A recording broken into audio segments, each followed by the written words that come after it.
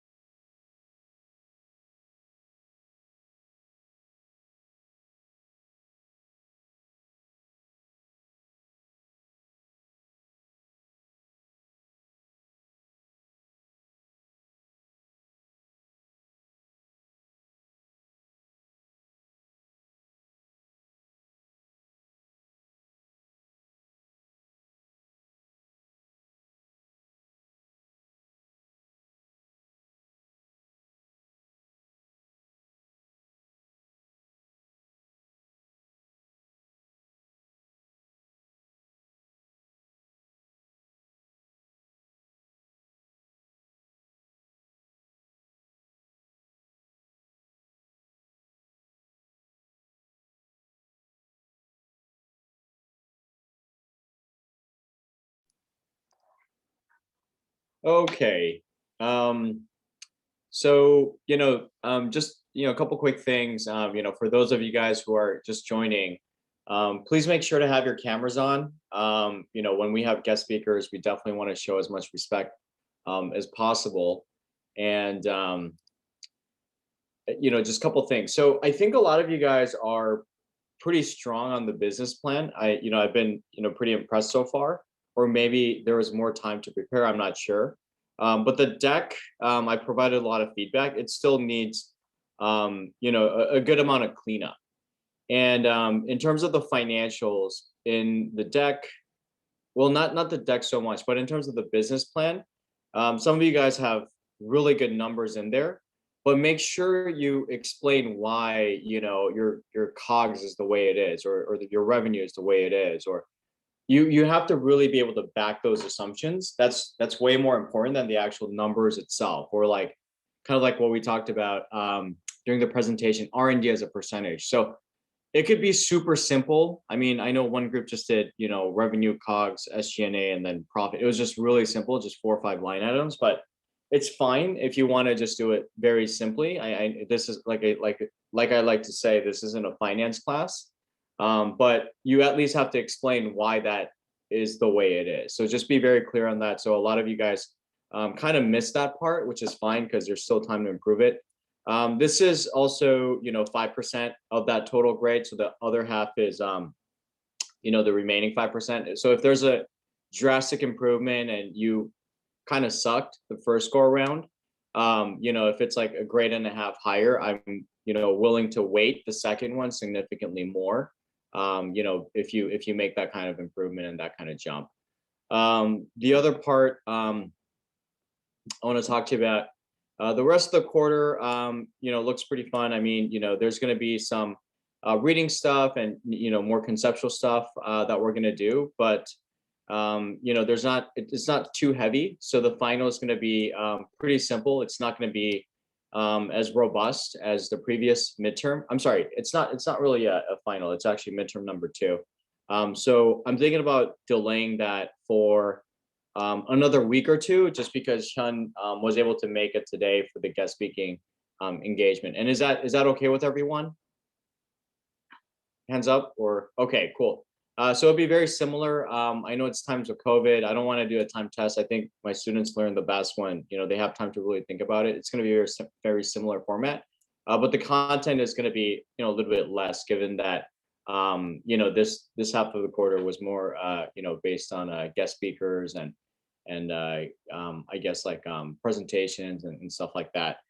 Um, any questions?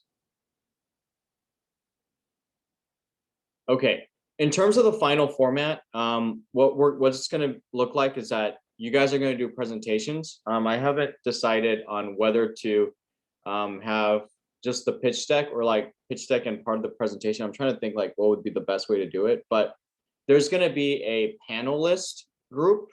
So you're going to be randomly assigned. There's going to be a randomly assigned panelist group that is kind of going to do like a little Shark Tank thing, and then ask for the Q&A session. So you're going to try to, as an investor, right? Like you saw the pitch decks, or not the pitch decks, the demo day presentations, and then sometimes after the demo day, there's time for Q&A. So there's going to be a Q&A team where each group is going to be randomly assigned to be kind of like the judge for each group to facilitate a better conversation. Because I think it's very important for you guys to be able to not only be really good presenters, but be able to determine, what's a good business model or not. So I know you guys have been doing that this quarter, which is like really, really awesome. But we'll have a more solid structure for that. So I'll get back to you guys on the exact structure of the final. But I think everyone's doing pretty well. I think there's been a noticeable improvement in terms of the quality of the work and kind of like the critical thinking skills. So I'm very happy about the business plans when I went through them so far. So props to you guys, and thank you for the dedication. Any questions? Are you guys excited about having another guest speaker? Okay. All right. So Is he on here? Okay, not yet. Okay. Let me just message him real quick.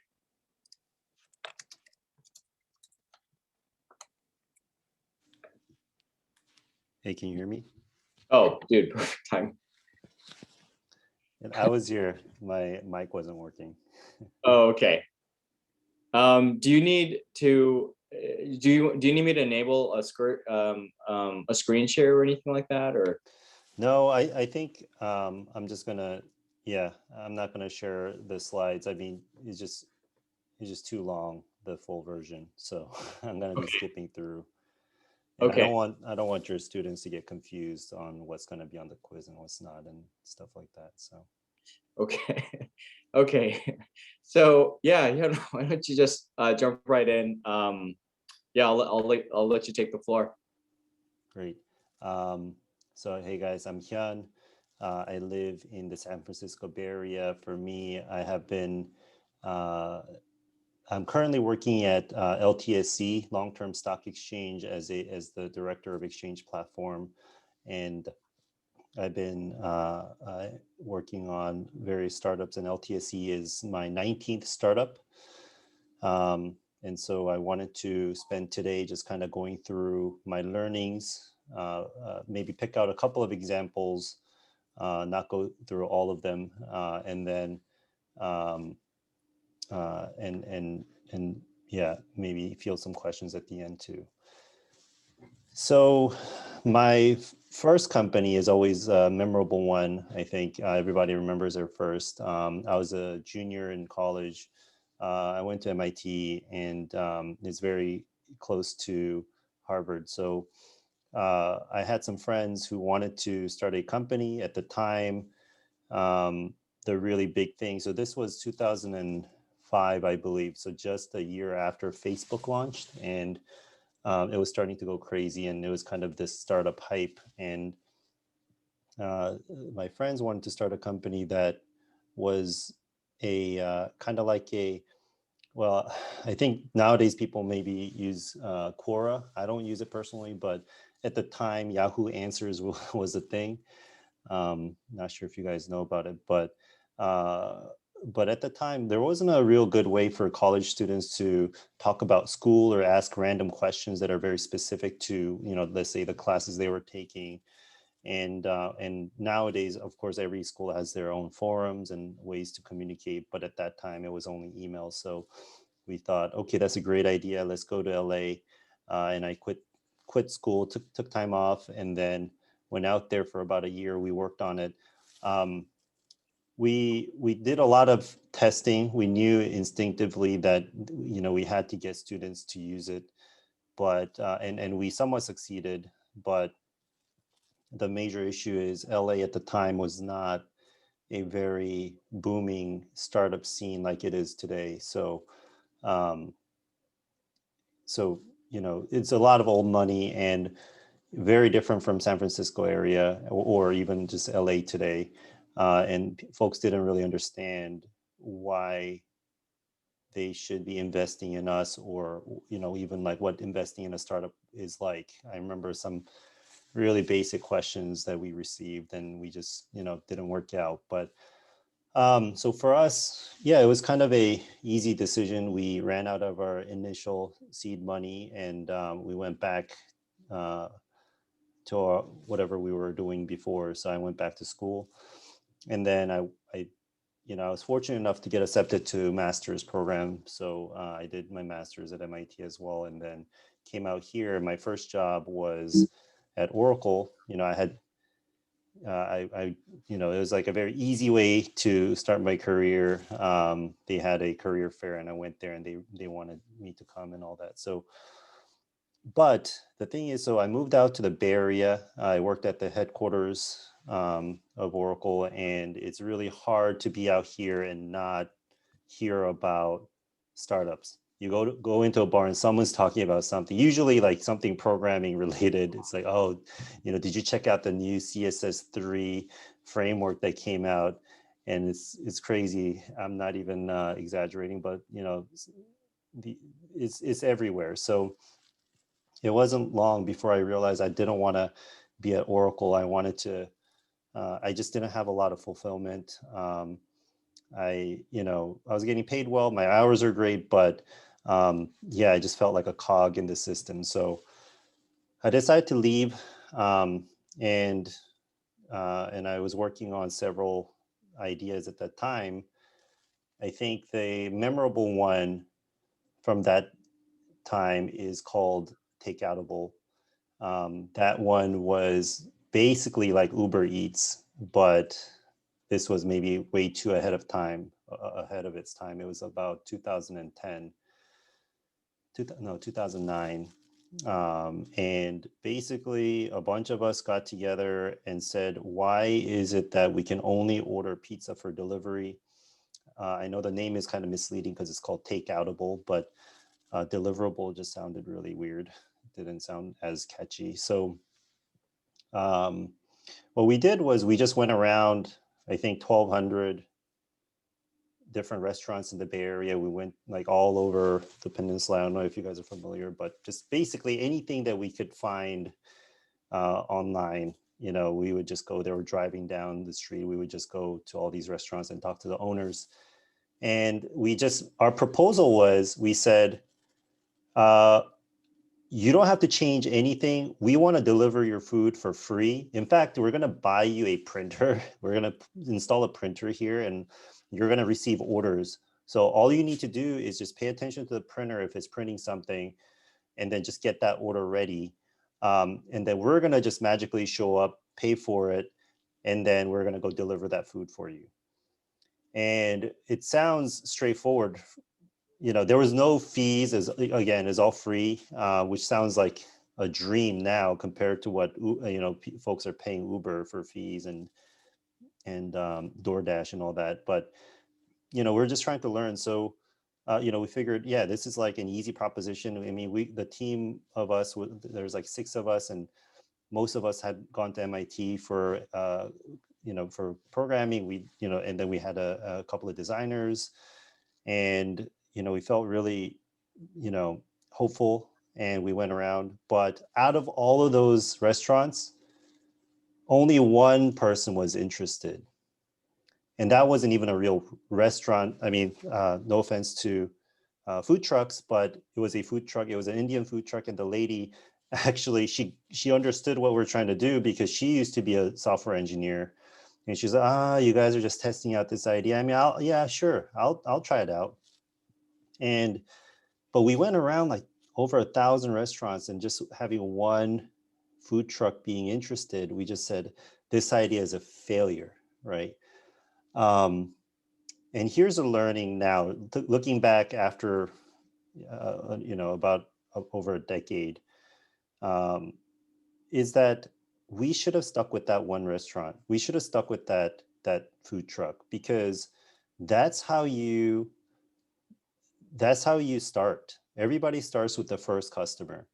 And once we get a system that works really well with that customer, whether it's one of their friends or it's just a nearby restaurant that has noticed our activity, that you get to the next one, and then the next one, and you build the business out one at a time. But at that time, we had this idea in our minds, in our young entrepreneurial minds, that, oh man, we're going to get hundreds of restaurants signing up, and it's going to just blow up.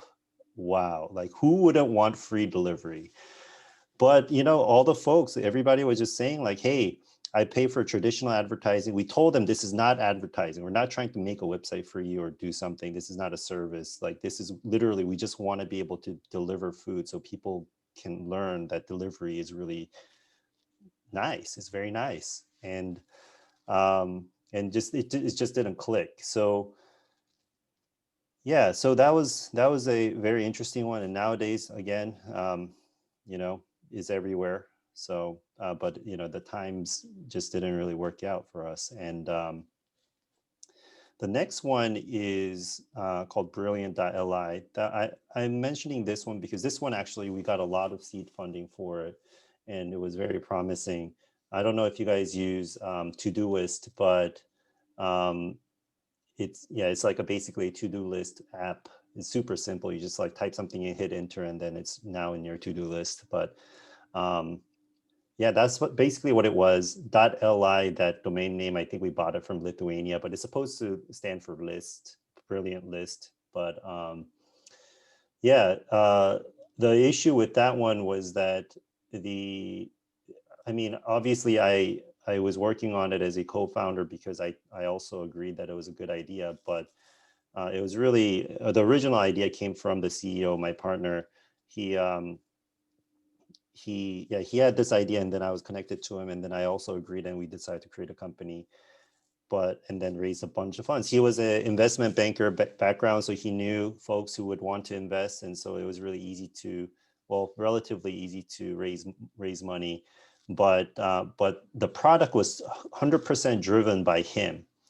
He had this vision. He had even this vision wall where he posted, you know, he would like cut out pieces from a magazine, like pictures from a magazine, and post it up if he thought it was relevant to our business. A lot of it was very not related, in my opinion, but you know, it was kind of cool to just see where his thought process was going. And then we even had like a huge launch date and you know, launch party.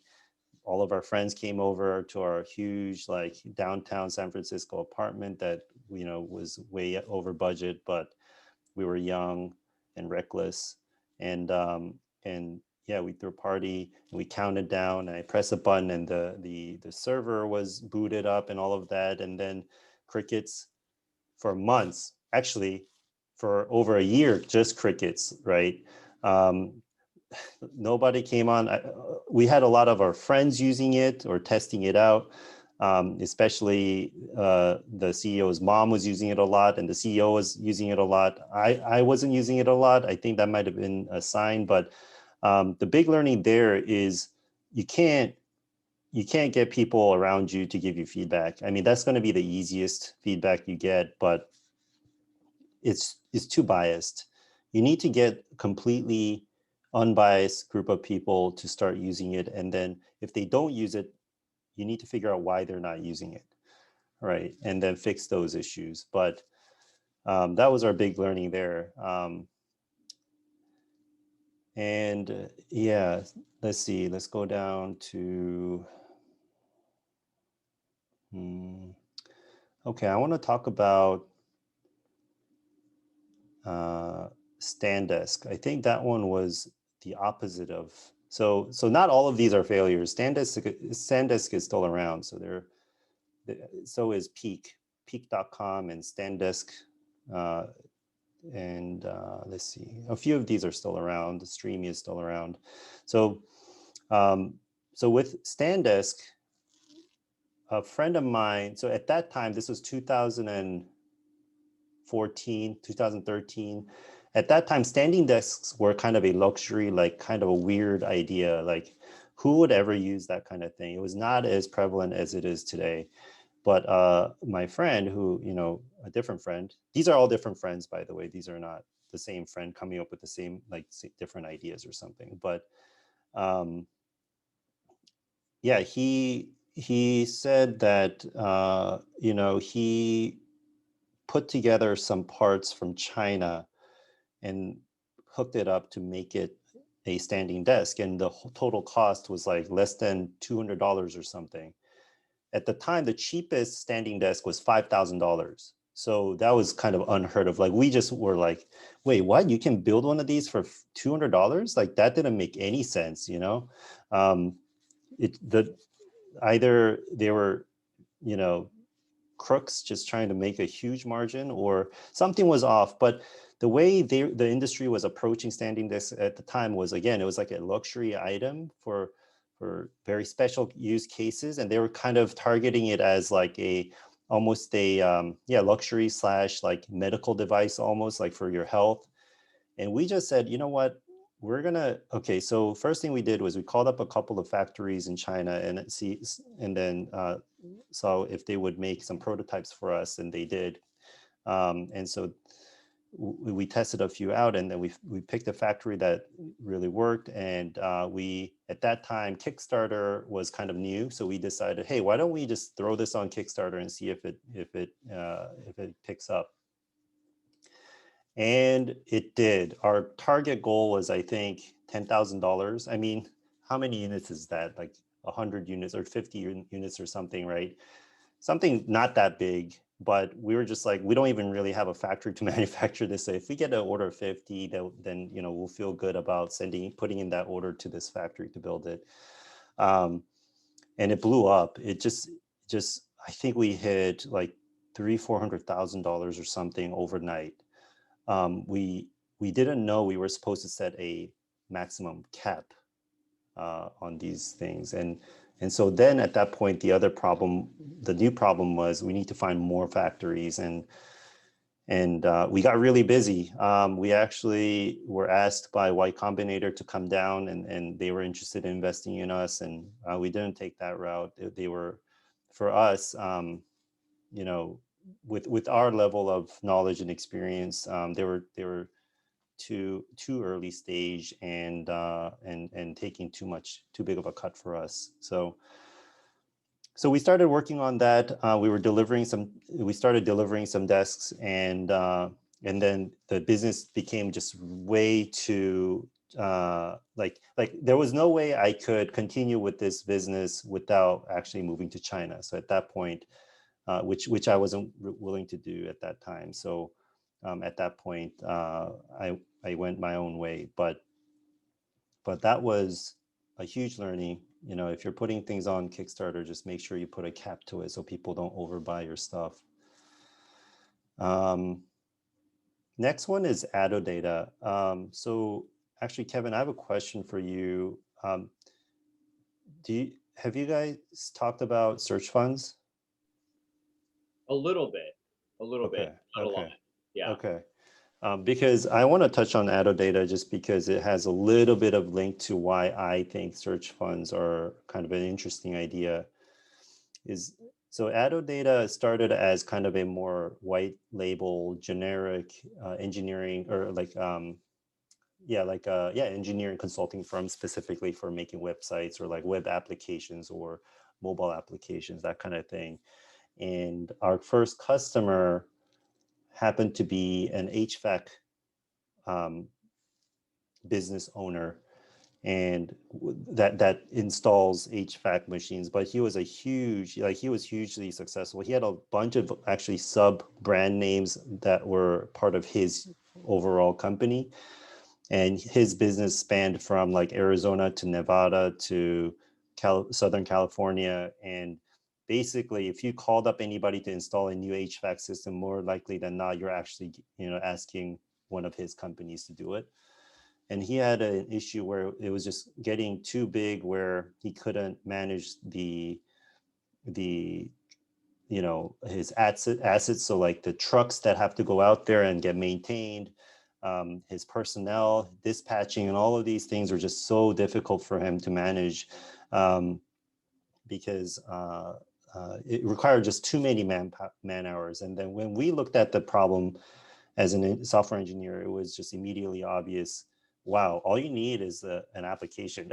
I mean, you just need to you just need a way for these folks who are on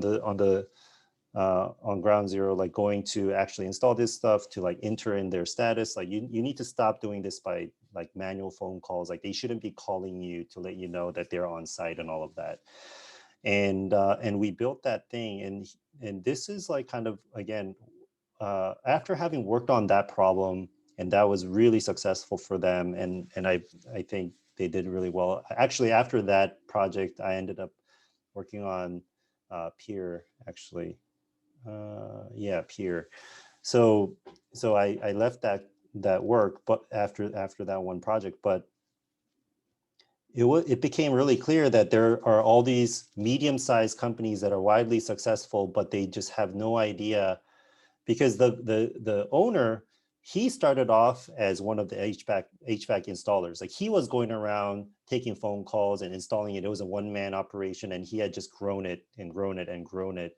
But beyond where he got, in doing the things the way he knew how to do, he found a block, and then he just happened to talk to somebody about his problem, and they said, oh, I think I might know somebody, and we were just connected that way by chance. But after, just, going back to that experience, and when Kevin introduced me to this search fund idea, that's when it kind of like clicked. Like there's, as an engineer, for me as an engineer, there's some opportunity out there to lift currently existing companies that do well, but are not able to really get to their their full potential, or to the next level because of technological barriers. And that, I mean, to this day, that Data project, I think, was like 2000 and yeah, that was like 2014-ish. So it's been a little while, but that's still like,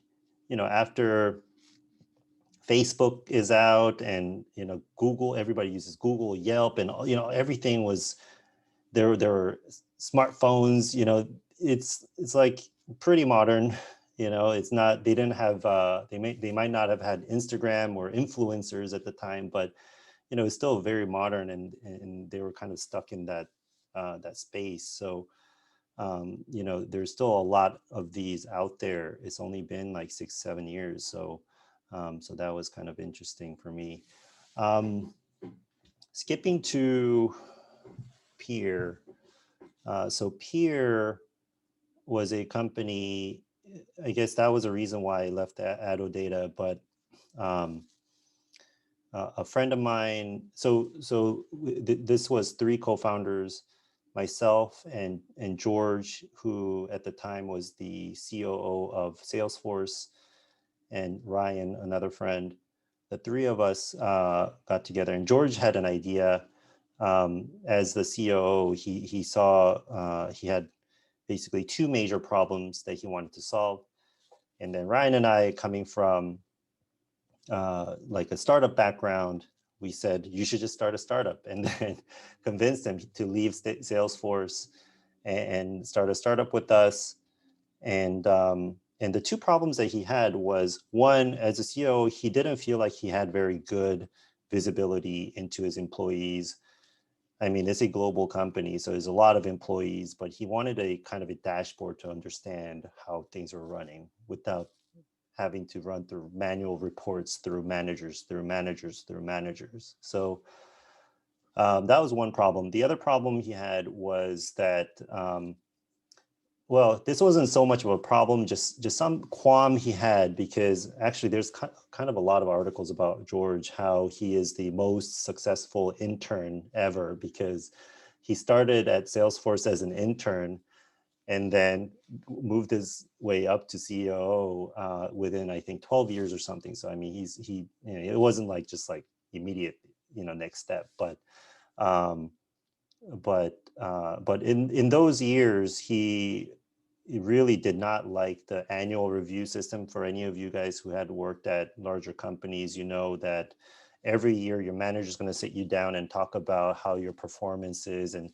some companies use that to give you a bonus. Like your manager does a review with you, and then they submit their report, and then based on the score you get, that's how much of a bonus you're going to get. But it's just always like it's terrible. Just the fact that um, the topics that you talk about, or the things that come up, are always just like within the past month. Like nobody remembers what happened a year ago or like 10 months ago. It's always like, oh, this is how you're doing now specifically, and it's just not helpful.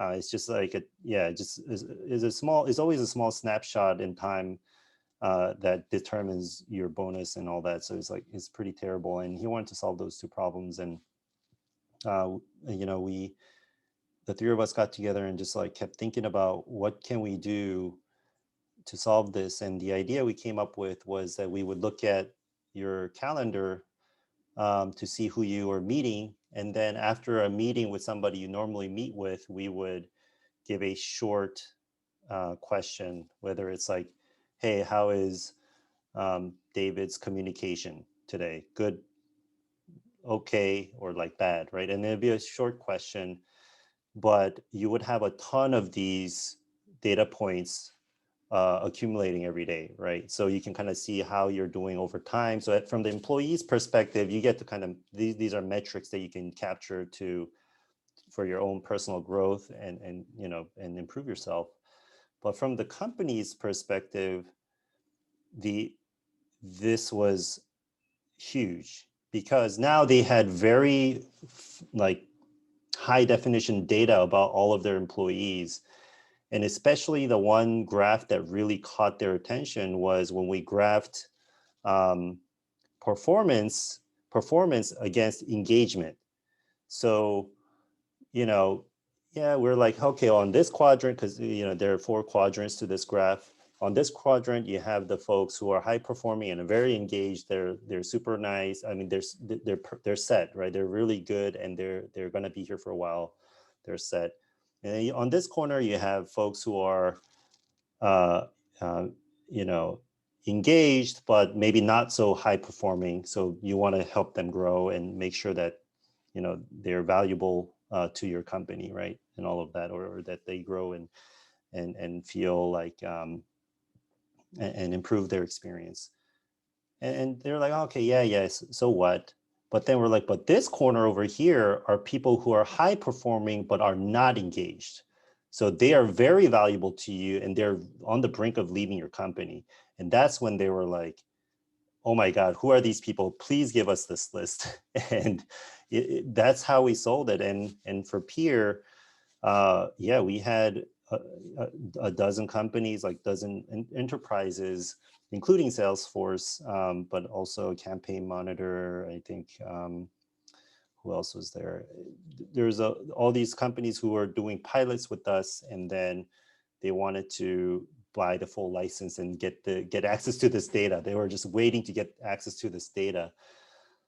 But luck has it where one of our general counsel for Peer was the general counsel for previously he was the general counsel for Groupon, Salesforce, and Oracle. But one of his friends, he was the friend, his name was Skip, was the COO of Twitter at the time. And they were having lunch together, and David, who was the general counsel, he just kind of mentioned, oh, by the way, we're working on this project called Peer, and yeah, we're about to raise funds, blah blah blah. And then Skip was like, hey, what's that about? And then David explained, and then they wanted to just outright buy it. Long story short, Twitter just came in with an offer that we just could not refuse, and they just basically acquired us. So we were acquired by Twitter, and then a few months later, I got a phone call from another friend of mine to talk. Well, first congratulate me, and a completely different friend, by the way, not the same friend. These are all different friends. Just want to emphasize that they're thinking of a new idea. So they talked to me. Basically, this is LTSC. Somebody, this friend was a mutual friend. So I didn't at the time know Eric Ries, who's the creator of the Lean methodology, Lean Startup. He's a writer of the book, The Lean Startup, and the founder of the Lean methodology and all of that. But yeah, so Eric was thinking of starting this new stock exchange and getting it approved by the SEC, and he was explaining why it's all about long-termism and encouraging companies to operate in a long-term fashion. Public companies nowadays, that they have to do quarterly earnings reports, and investors are always talking about the short-term gains, and it's not really aligned with what the company wants to do. They want to do long-term. So how do we change this? And it turns out that the exchange can actually change it, because they can decide what it means to be a public company. Right now, it just so happens there's only 2 listings venues. There's New York Stock Exchange and NASDAQ, and they set the rules on what it means. And basically, let's say quarterly earnings reports, they're the ones that are saying you must report your earnings quarterly. It's not like this magical concept that exists around the world. It's just that in the US, these 2 guys happen to agree that that's what a public company should do. We are saying that, okay, well, we're not going to change that, but we're going to say that in your quarterly earnings report, we want to add yearly annual reports and decade-long reports so that we can put that quarter into perspective of what you're actually trying to accomplish. But anyway, that's kind of an example of what we want to do as an exchange. And I said, oh my God, I made a ice cream company. I made desks. I helped an HVAC owner. Now you want to, wow, like start an exchange. That's amazing. So I was like, yeah, let's do it. And so I was a founding engineer. It's been truly an honor so far. It's been about 5 years. Now I'm a director of this company we're almost reaching 100 employees, and yeah, and I manage several teams in the company. And it's been a wild ride having that front row seat to how Eric runs a business, because he definitely walks the walk, not just talk the talk. So, a lot of people are like, oh yeah, Eric's books, they're also theoretical, and you can say that, but how can you actually run a company like that? And he actually runs a company like that. So I've seen the brilliance behind it, and it's been a pleasure. So let's see. I'm gonna go to.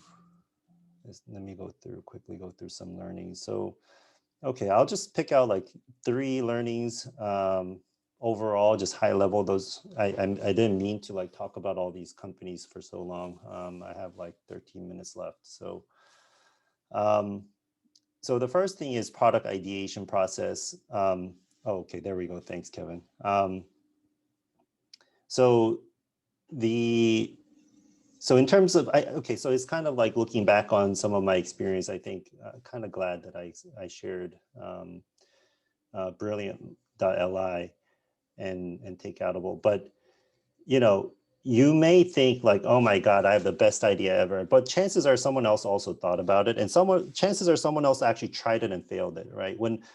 When Rocket Spoon, I think, gets the credit for being the first one to be like the real delivery service before Uber Eats. I think they're bankrupt now, but I don't know. I don't think they're in business anymore. But when they came up with the idea, I'm sure they were like, oh my God, we have this brilliant idea. The thing is, at the end of the day, it's about, are there customers?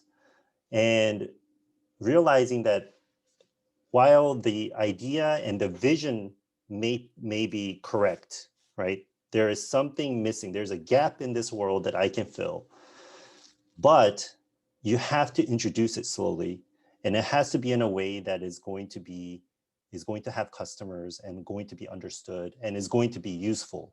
That's the most important thing. So instead of the traditional, like, okay, we're gonna go into research mode for like 12 months and then come out of this and then have this launch party and everyone's gonna love it, it should be very incremental.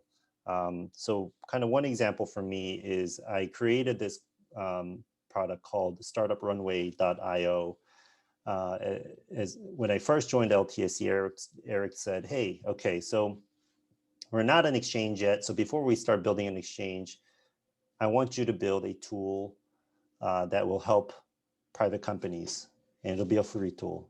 And for me, I did some research on what the biggest issues are for a private company or a small startup. And number one was like team or execution or something. And I was like, oh, I can't touch that one. That's too complicated. But number two was running out of money. So I created this product where you can link your bank account and upload your spending, and then I can help calculate. And then you can also upload who you're planning to hire. So the idea is, taking a big step back, is that when people do these runway calculations of like, oh, I have like $1 million and my burn rate is like $10,000 a month, so I have 100 months. Wrong, because if you're doing well, you're going to hire people, and those people are going to hire people, and your spending is going to go up and up, which means your runway is actually a lot shorter than you actually thought on your napkin that you have in your pocket. So we just made this simple tool where you kind of like lay out your plan in a very simple fashion, and then it'll give you that hard truth of like, you do not have 100 months, you actually have 12, right? Or something. I mean, sometimes it's not that dramatic, um, when I was building that, I built a very simple calculator version. I went out to a bunch of folks to talk about it, a bunch of startup CFOs actually, to see if this even made sense to them. And I got a lot of positive feedback, but nobody was actually catching on. They use it once and I can see them. I'm monitoring my system. I see people come in once and then they leave and they never come back. And then I realize it's because my product looks like a calculator from the 90s. And so I got the designer on our team to help me redesign this and actually make it really look nice. And then people are actually using it and they were engaged. But it took a lot of iterations with a bunch of CFOs to get it to where they started to understand what this was doing and then start to use it. And now it just grows. I think once we had 20 users, I think we had our first user that I didn't understand where they came from. It was like somebody from Sweden, and I was like, how did somebody from Sweden sign up? It was like all in the Bay Area and then one person from Sweden. So when you iterate with just a handful of folks to a point where it becomes really useful for them, then it's going to spread automatically. You've now made something valuable to the world, right? So that's kind of the product ideation process for me, is just understanding you do not know all of the details. You may have the vision, but you may not have all of the details nailed. So that's where you need the help. I actually just kind of talked about user growth, which was start from one. And if that one person really loves it, then go to 5 and then go to 10 and 15. And it gets a lot easier after 5, actually. 5 is it's the hardest one, just because getting one person to love it is super easy, because you just do what they tell you to do. And when you do it, they're going to use it. 5 is really hard, because now you have to get 5 people agreeing that it's valuable to all 5 of them, right? So maybe I think there's some kind of a fighter jet reference here, but I think the Army, Navy, and the Marines were designing a fighter jet plane together, and they all wanted different things. Like the Navy needed it to, or the Marines needed it to land on one of their ships, or all of those requirements just didn't really make sense. So you have to really then figure out what it is, the commonality between these requirements, and then just build it for them if it's useful, and you just iterate. And then if they're happy, then get the next 10, right? And it's kind of a slow process. It'll take you about maybe 5 or 6 months to get through if you're very diligent. The other thing is, when you do address the feedback loop should be, or the loop, not the feedback loop, of receiving their feedback and then addressing it should be within a week. You should, whatever they tell you, you should do it. And then at the end of the week or the beginning of the next week, you should tell them that you've done it, so that they feel good that whatever they said was implemented, et cetera. And it's kind of a loop. It's a cycle of, here, I'm listening to you, here it is, and then they give you the next feedback, et cetera. The last thing I want to talk about is building a team. So one thing I realized fairly, recently in my career, so I would say peer. I remember peer was about 14 of us, and then we're mostly engineers. And I remember we were hiring another engineer, and for the first time in all of peer's existence, which was probably at that point like a year, we had a female engineer come in and interview. And the first thing she said was that it smells like dudes. And that was not good, because we were actually looking very much forward to, because we were, we're in the Bay Area, we're all about diversity, except we had 14 dudes on the team, because it was so easy to just for, while, for the next hire is just, oh yeah, like the, typical excuses. There's too many guy programmers compared to girl ones. So like that, it's natural. No, that's false, because there's actually very talented female programmers. Actually, if you try hard enough, you can hire a team of just female software engineers that are super competent, right? So what I want to mention here is like diversity is sometimes hard, but it's worth it, because if you have a room full of dudes that think very similar, it's going to be fun. Like everybody in the room, let's say, likes beer or likes to go hiking and has the same kind of hobbies, then it's fun. You guys gel together, well together, etc. But the ideas are all going to be about the same thing, right? And then you're going to launch your product, and you're going to realize, and then you're not going to know why people don't like it, because it's built for dudes, right? So if you want to have a strong product, if you want to have a strong team, if you want robustness in your company, you have to build a diverse company, and it starts with the first person you hire. You got to start from the top. You got to have a diverse leadership team. Otherwise, the culture trickles down from top to bottom. It's just how it works. So I just wanted to talk about that. Is find a co-founder that, so co-founder, if you can even control that. Sometimes it's just like by luck, but if you're looking for a co-founder, try to find somebody who has complementary skills to you. So if you're an engineer, don't look for another engineer. If you're a business person, don't look for another business person.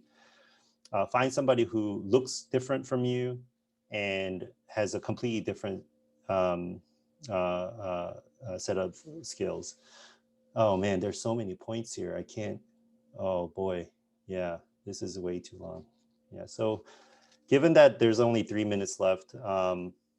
Oh, okay, yeah. I want to just thank everyone. You can email me if you have more questions, but I think I might be able to take like one. I don't know. Kevin, what you want to do? Yeah, let's do one, maybe two questions if we can squeeze one more in. But yeah, who wants to go? I have a question. So for all your startups in all the different industries, do you come up with those ideas based off of prior knowledge you have about that industry, or do you like search for a gap in a certain industry and then research like to develop a product? How does that work? Yeah. So for me, so for example, Creamistry is a good example. It's an ice cream company, if you guys haven't seen it. But at the time, Ju, who was the CEO or is the CEO still, he came from a trip to Hong Kong, and he was like, "Oh my God, in Hong Kong they make ice cream with liquid nitrogen." I had never heard of that before, but he was like, "Why isn't this here? Why doesn't anybody do it?" And then I said, "I don't know. Well, let me take a look at how they do it over there." And I guess in that scenario, there's like already an existing business. So it was, kind of us trying to figure out how to make that work here without the manufacturers of those parts. But the idea is there's gonna be something similar. You're not gonna invent some like alien life form, right? This is gonna be some kind of either a step up from an existing business, or bringing various parts of different businesses together. So maybe it's like an Uber for dogs or something like that, right? So there's gonna be places where you can look and do your research. The best thing to do is first know what the lessons that the other folks learned is, right? Like how do those businesses work, and do your research. Do not invent the wheel. That'll take you forever. You're gonna make the risk with reinventing the wheel is along the way, you're gonna make a completely different mistake than they made, because think about all the possible mistakes they could have made, but they only made this small group of mistakes, which happen to be small enough to succeed, but you're gonna make some big mistakes. So easiest thing is to copy as much as you can, bootstrap as much as you can. If you don't have to build something, don't. If you can acquire something for cheap, just do that instead of, trying to build your own. Trying to make that decision very quickly is really important. To actually, again, going back to your runway or the runway thing, you want to minimize. You want to really be lean in how you use your runway. So, does that answer your question? Yeah, thank you. Okay, great. Cool. Hyon, can we do one more question or? Yeah, let's do one more because I have another meeting starting now. So Okay. Is it frustrating knowing that you were kind of ahead of its time when it came to take Audible? you know, yeah, I actually thought about that for a long time when Rocket Spoon and was, I was like, oh, uh, right. There's another company called Cube Police. It was also on the list. That was basically like a coffee meets bagel. We said, okay, you're going to be the Cube Police. You're going to see 3 cute people and rank which one is the cutest. and then like if both of you rank each other as cute, then you would be able to talk to each other. Like we would set up a chat room. So it was basically like coffee meets bagel. And this was also 2010. So like, yeah, I mean, it's the thing is again reasons why startups don't take off. There's so many other reasons other than the idea itself. For us it was, it ended up being partly not being able to introduce the idea in a way that was digestible to our customers who are the restaurant owners, and then the other half was dismissing the one customer that we did get. And we're like, just a food truck. I mean, dang it. And then we just left. And so, but you can't look at it that way. There could be a lot of different reasons that you just can't fix sometimes, right? So. That's great. Thank you so much, Hyon. Always a pleasure to have you. Let's give Hyon a round of applause. Yeah, happy to be here, Kevin. Thank you. Yeah, thank you. Nice meeting you guys. Yeah. Great. Take care. Good luck on the quiz. All right, quiz. I'm just kidding, guys. So yeah, unless you guys have any questions, that pretty much wraps up today's lecture. Hope you guys had fun today. Yeah, that's cool. Back-to-back guest speakers today. So Andrew Romans, the guy who was speaking, he's a really good friend / investor of mine. So feel free to reach out to him as well as Hyon. Both of them have a much higher net worth than me. So it's good to have rich and successful friends and have a lot of them like Hyon. Okay, great. So yeah, I'll stick around for any questions. And thanks everyone for participating and having your cameras on today. Thank you so much. Professor, quick question. Do you know the name of Eric's book that Hyon mentioned? Yeah, The Lean Startup. Okay, cool. By the way, I'm gonna stop the recording real quick.